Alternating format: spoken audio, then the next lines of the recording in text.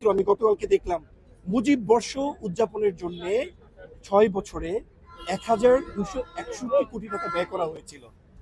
সেই টাকা দিয়ে কি করা হয়েছিল আমরা সেটাও জানি।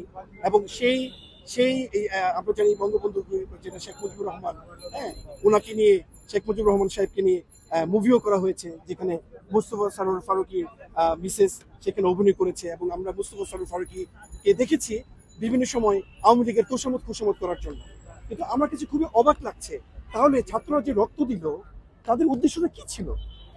সে আওয়ামী দোষরদেরকে আবার ফিরিয়ে আনার জন্য কি রক্তটা দিয়েছিল? এটা হচ্ছে আমার প্রশ্ন।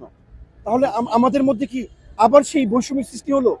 এমন কেন হচ্ছে? আমার কাছে প্রায় মনে হয় যে এই পৃথিবীতে মনে হয় দুটো দুটো শ্রেণী আছে, একটা শোষক শ্রেণী আর একটা শোষিত শ্রেণী। আমরা বরাবরই শোষিতরা শোষকদের বিরুদ্ধে আন্দোলন করে রক্ত দিয়েছি, কিন্তু আমাদের লাভের মধ্যে লাভ এটাই হয়েছে, আমাদের একটা শুধু